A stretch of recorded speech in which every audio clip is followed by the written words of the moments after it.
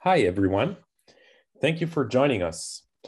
Today, we're presenting on learning by doing, applying research creation to interactive and immersive documentary.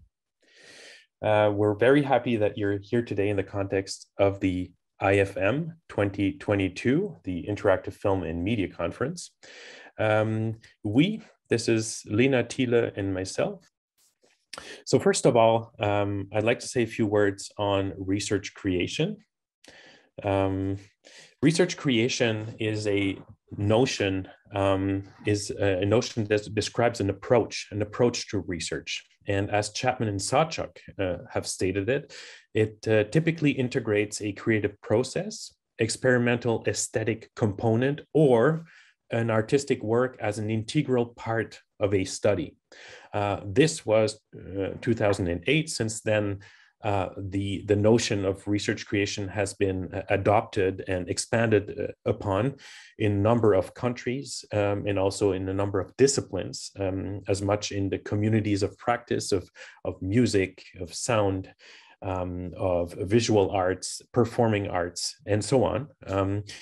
It's a concept, if we go to the next slide, that recognizes a multiplicity of approaches, of methods and formats. What we mean by that is that it's kind of an umbrella term, which for us is already an interesting feature.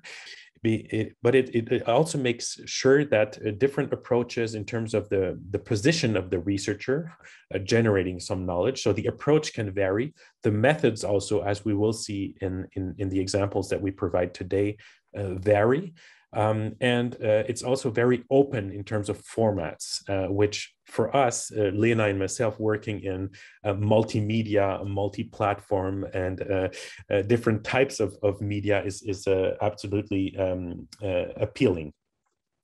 Now, another reason why research creation is particularly important in the context of interactive and immersive documentaries, which is the category we're focusing on today, also called iDocs, is because research creation is well theorized, and also it corresponds quite directly with iDocs in the sense, and if I quote Powell and Poole, 2021, they say that it takes into account the dispersed nature of authorship, which again, is a defining feature of most of the pieces that we work on as practitioners. There are a number of competing terms, and we acknowledge that, but we, for the purpose of this presentation, we settle on research creation. We are talking about research creation in the context of interactive and immersive documentary with a focus on media innovation. And one thing that is very important when we do this is that we are looking at the how. So asking ourselves, doing research creation with iDocs, what does it mean? We have starting points in our research creation methodology. And this is to identify the topic and the story in relation to the potential audiences. That is what we start with in our creative and research process. Then we follow into the artistic and design intention, which we make our digital narrative formats with. From there, we design our creative and production level project through iterative and most of the time also interdisciplinary processes, as we will later see also in the case studies, and establish research questions that speak to both the micro level, that means the iDoc that we are really developing, and the macro level, which means the larger social narrative in which our respective digital narrative project is to be situated. So we illustrate the how of our research creation approach by drawing on two substantial interactive media productions to show after this basic starting points how the methods are going to fork out in our different creative processes. We start with the first case study, which is called Field Trip, and I hand over to Frédéric again.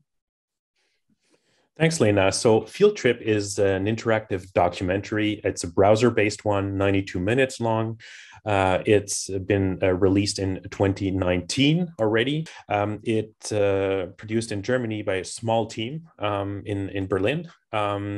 And team members like Eva Stotz, who is a filmmaker, and Joscha Jäger, creative technologist, and Svenja Klu, who was responsible for more the production issues, along myself as a co-author and interactive producer.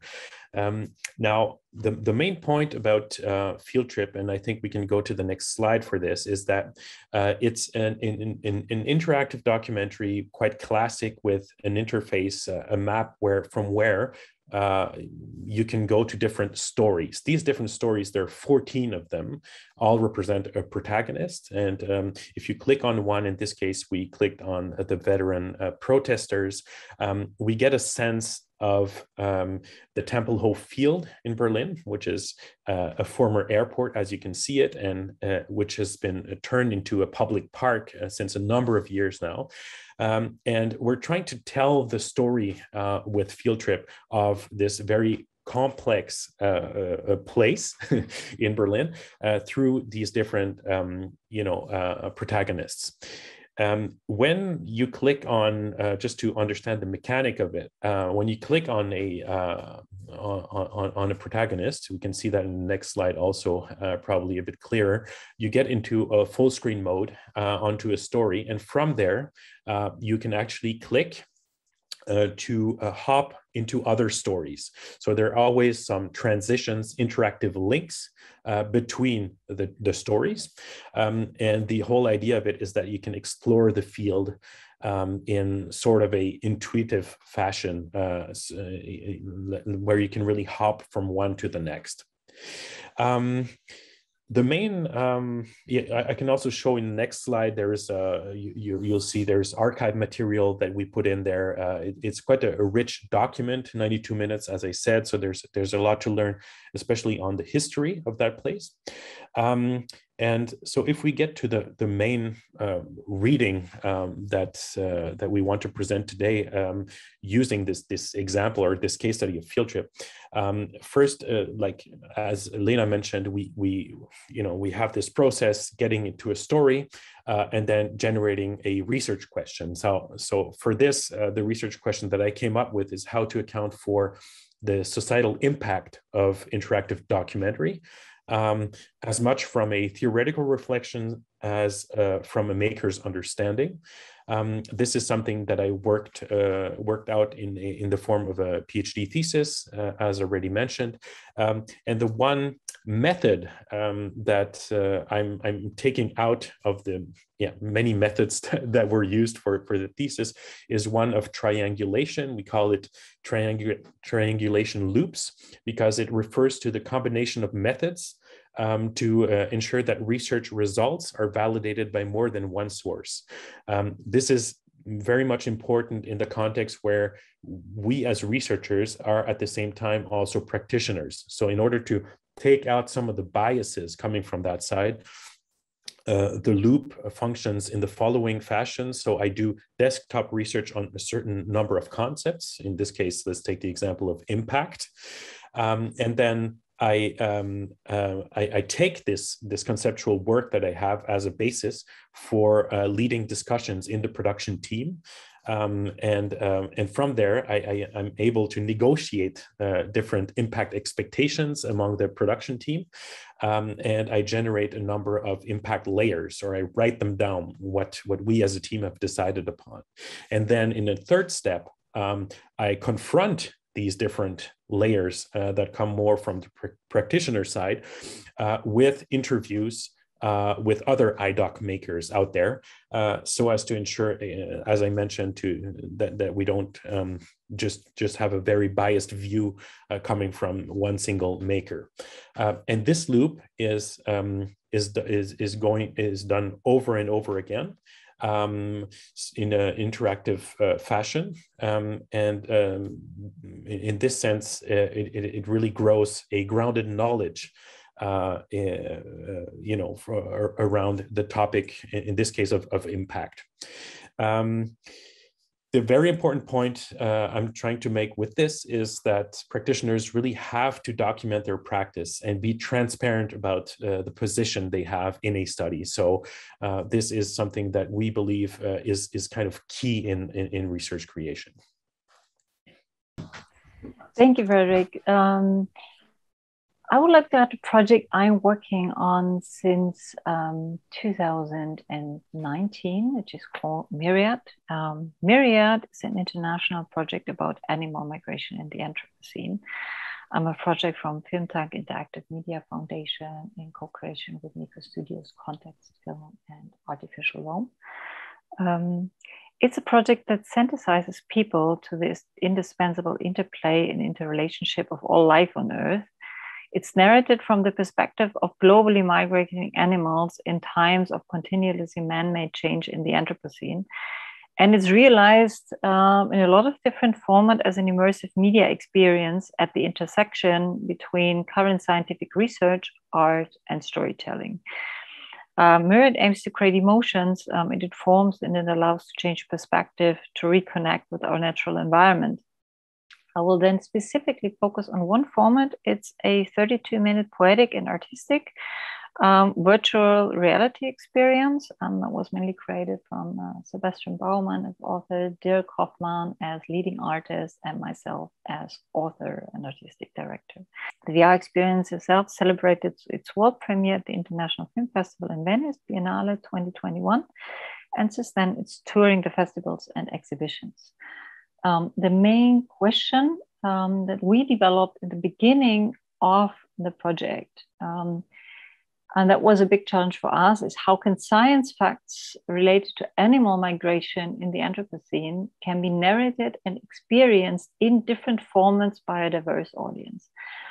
So the goal of the project is threefold: creating an understanding of global dependencies, encouraging concrete action for the conservation of biodiversity, and nurturing the discourse of the development of alternative future scenarios.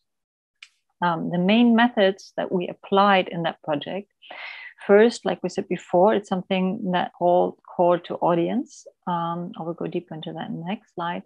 Then we have the interdisciplinary and iterative creative processes, integrating scientists and artists. That was applied to the research of the experimental aesthetics that we developed in the project. And the concept of presence to create immersion and emotional connection, but that will not be part of a deeper investigation in this paper, but something that we constantly keep on researching on. All results were tested with potential audiences, and the outcome of these testings were embedded in the further creative development. Although we also think that for further research, they would need to be carried out in a much more systematic and methodological manner. So the first method, what we call core to audience, means that we started with the core of the project, the questions of the project and the main message. And in the next step, we think in the direction of what kind of experience we want to create for whom. And then we look at all the different angles and perspectives that the project entails. Same with the distribution and the partners that we work with. So, for example, for a younger audience, we may go more in a poetic or artistic style and work with VR and augmented reality or social VR, while, for example, for a more conservative audience, we develop a TV documentary that will be a primetime TV documentary being aired that more mirrors the factual content of the project.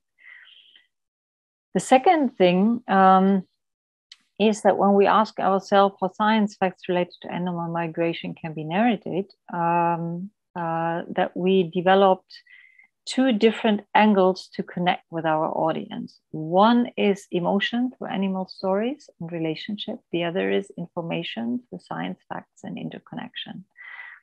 From these two core connecting points, we developed the whole format concept for the whole project. So you can see that this ranges from a full-time experience, the VR experience, up to the TV documentary. In order to specifically address emotions, the poetic VR experience builds on the notion of creating an immersive environment to allow our audience to connect and relate to science facts on an emotional level. So at the intersection of science and art, it's reflected in the visualization of the world of Myriad and the development of each animal character. That's what I would like to go deeper in a little bit. We decided to work with carbon for the artistic style. Carbon plays a central role in the visual concept and the form language of the whole project. Why? Because carbon embodies the narrative and aesthetic link between content and form, the individual element and the global context. And we decided to integrate analog haptics in and digital formats and both shape the design image. So charcoal drawings, as you can see here, developed in the studio, were produced by hand and then were integrated into the digital formats of Myriad. How did we develop this? The development of the artistic language and specific abstract style of Myriad was developed in so-called iterative and interactive processes, including artists and the leading scientists working on the specific study being featured in the VR experience. You can see it's about understanding, creating, communicating it in workshops, tested with users, adjusted and implement. Those developments were executed in iterative loops. We created workshops with scientists, designers, animators, and visual artists. The results were discussed, tested, adjusted. And this process ensured the authenticity of the artistic language while still being deeply rooted in the science facts. How did that look like? As you can see, these are the real animals we work with. So it's the bald ibis, the green sea turtle, and the Arctic fox. And this is the way how it was created in the charcoal drawing. So you can see that these are quite open structures of the animals. We decided not to have realistic pictures of animals and try to reshape nature in the virtual environment, but find our artistic special form. And on the same time, being very realistic in the movements and animations. As you can see here, this is the Arctic fox. So through the visual depiction of the animal, work with a strong artistic interpretation, the movements and animation, as well as the narration, are specifically co-developed by the scientists.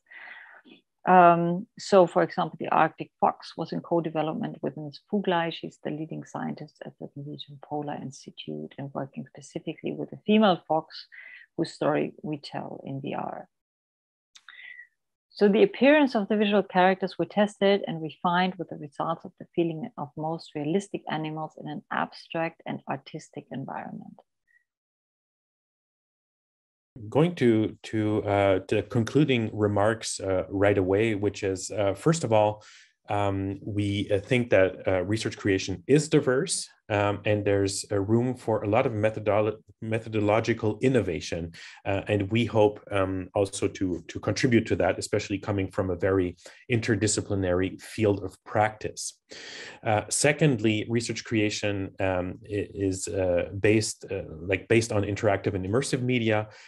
Projects can most singularly benefit from research topics and questions oriented towards audiences, users, and also the question of agency. There are many other notions and questions, but these are, we find, quite strong or rich areas of investigation.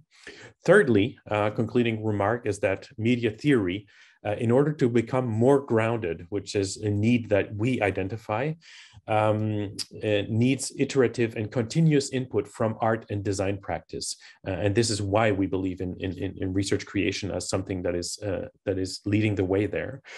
Fourth, media practice, on the other hand, in order to become more educated in a way, needs an inquiry reflex, meaning that practitioners are invited to really make a room for more investigations, research, and we hope that the last point in my concluding remarks, that the research creation competence centers that we talked about would be also a good place to have practitioners and researchers come together on this.